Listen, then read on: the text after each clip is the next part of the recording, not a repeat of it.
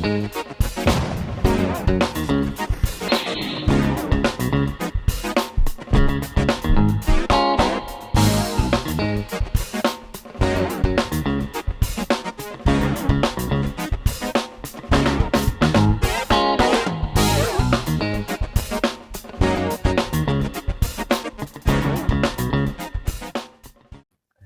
everyone and welcome back to Nat's Knackers Yard. This will be my Knackers Yard, and there's a bit of a cock up on this one because my audio hasn't worked, so I'm doing all of this as a voiceover in case you hadn't quite worked it out. Now I've had a bit of a go on the polishing wheel. I've had a go at the new exhaust pipes for the Aprilia and they're looking pretty good. And now I'm not aiming for perfection at all. I just want them good enough to throw back on the bike, but they're considerably better than were. And I'll chuck in a couple of like shots as to what they used to look like. So that's the front pipe that I'm waving around. The main body, I've just cleaned it off. I went for the Harpic 10X solution. I'm also cutting myself.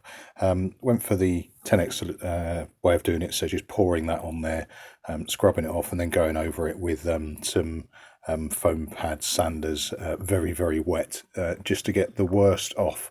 Now, what I've not done is the full shebang. I've concentrated on the bits that are more visible, like the back piece, etc.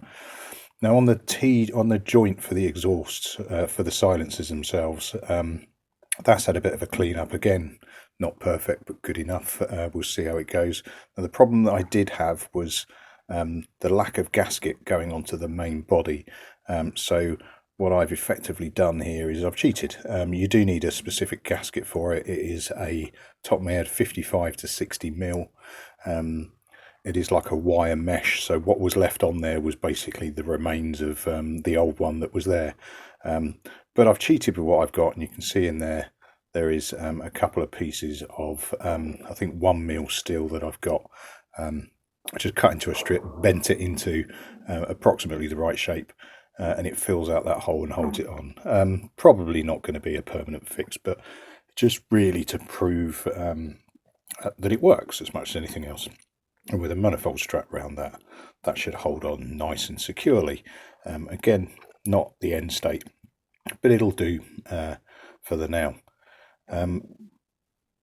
Yeah, so I've been messing around with that overnight, but the one thing that I do want to have a go at, and I just have a go at here, is the exhaust stud, the stuck one. So that's I say stuck, the whole thing came out, the washer on it, or the nut is stuck on the bolt.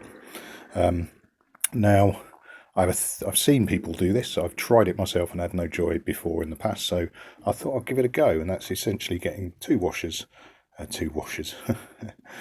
nuts, slicing a chunk out of the top, or slicing a line out of the top, nipping them together, and then giving you a nice firm solid base, if you like, and then using plenty of heat to undo it. Now, Matt Hudson at the workshop, sorry, rudely interrupted. Matt Hudson at the workshop is a big fan of plenty of heat, so I thought I'd give it a go like that. So just here, slicing just a cross section out of each one of the nuts, and it's purely and simply so that it can pinch onto the thread of the exhaust bolt but not damage it. I'm being a little bit overcautious, thinking that might be hot. I'll later find out it wasn't really, just warm. A little slice out of both, and then it's clamping them on against each other, and that just should, says should, just hold the whole thing nice and securely. Now, rather make you watch all of this, I'll just fast forward a little bit. So just going through in double quick time, just bolting those together nice and tight against each other, and it just gives you a nice solid base like that. Now, wedging it nicely in the vise, it's not going anywhere, and it gives me free access to that bolt. So what I'm going to do is just zoom you back out so you can so I can get to stuff more than anything else. Nip, grab my blowtorch, find my lighter, which took me forever to find. I think it was last used on a barbecue. Bearing in mind it's December, you can see why it took me a while getting heat. I didn't realise quite how cluttered my work area was, or in fact that it was going to whoosh the second that I changed the angle. But yeah, so essentially applying lots and lots of heat on.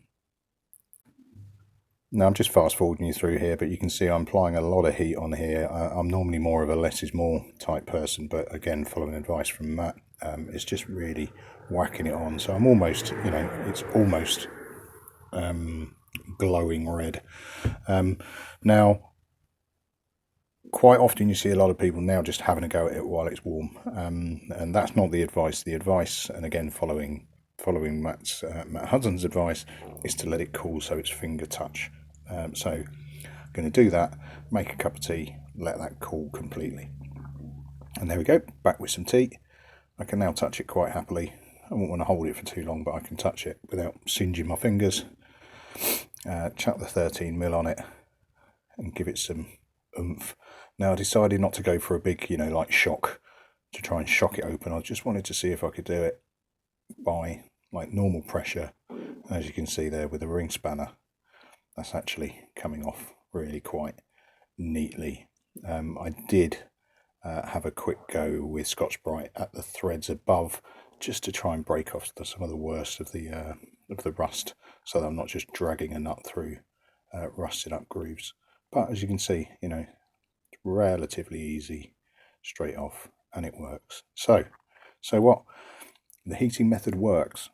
It doesn't always allow you to do that because you can't always get heat to where you need it. But if you've got something you can take off your bike, i.e. the stud comes out like this seems to be a good method. Now there's no penetrating oils, there's no nothing. I deliberately did it dry because I wanted to see if it works more than anything else. But I also think that, if you've got a locked system, penetrating oils just aren't going to get into it. So heat dissipates considerably easier than a liquid does. So, all good. Right, I'm going to get that back on the bike and move on with the exhaust. Okay, a little bit of a jump cut and we are done. There's no point showing you, and there's no audio. There's a few tips and hints, but whatever. We're on. It's sealed. It seems to be doing its thing. It was a bit of a pain in the arse. I did have to put it on a rear stand to get that centre section through, but it's on. Looks sealed. Soon find out. It's secure and it's holding nicely. The rear section was a bit of a bitch. I have now worked out that it's easier to do it with the cans on than to put the cans on once you've mounted it. But anyway, we're good. We're on. Now the one issue that I've got, as I thought, the sensor within the exhaust of the lander, the cable isn't long enough on this new one. I've tried redirecting cables. It might just reach, but what I do have is the original one. Now, I have had an attempt at taking the original one off complete, but that's just, nigh on freaking spot welded in, and I've actually rounded the bolt trying to get it off, and I can't chuck too much heat in it to get it off, because obviously it's an electrical component. But I do have a nice long length of cable with a functioning plug, and the plugs are the same. So I'm going to hack a chunk of that off and bang it onto the new one. Right, so there we go. That's the original one cut down and cut off. I've just removed the sleeving off it for the moment. Now, it's the same as the other one. I've got two whites, a grey and a black. Now, to make sure that I keep them in the right order, because I'm not sure if the whites are different, I've just marked the end of that with a bit of black tape, just so that when I put the sleeving over it again, I don't get them all mixed up. And obviously I've cut the sleeving down to a degree as well. Now what I'm going to do, and I filmed some of it, but frankly it was dull with audio, let alone without. What I'm going to do is just peel back the stuff, put some sort of clip over it. There you go, some sort of clip, a clothes peg. I've used a proper clip on the other end, and then just do it one wire at a time so I don't cock it up. And by doing it, I use the heat solder. It's all heat soldering, but the little strips with the aluminium in the middle, just apply heat and it pushes them across. It seals them separately. It's more reliable than soldering, or certainly more reliable than my soldering anyway. So I just work through one at a time. And there we go. Job's a good one. All four connected to the right pieces. If I thought about it, I would have staggered them a little bit so that I wouldn't have quite so much of a bulk to try and squeeze this rubber housing over the top. But at least it's job done, and it's nice and protected by using the original rubber across it. It also means that I've got a little bit of space to do some routing work, just to get that all tagged up in the right place up the top. I just whip that clip down a little bit just to give me some space to get to it. Okay, so we just zoom through the whole replugging and rerouting, etc, etc, and then we'll get back to the bike. Now we're all good. It should be running absolutely fine, or won't it? Now there's no point me showing lots of this, because me, revving a bike and being and trying to work out whether or not it's running right doesn't really work without an audio track behind it. But needless to say, it wasn't sounding right still, and I thought I'd get the old water out and spray it just as I would test any other bike, and I got instant scorchio on the back and really slow scorchio, if any, on the front, which led me to look at the sparks.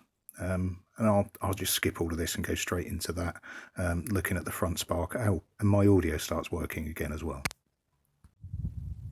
Right, for some reason this camera keeps goosing and stopping filming and starting and stopping and starting.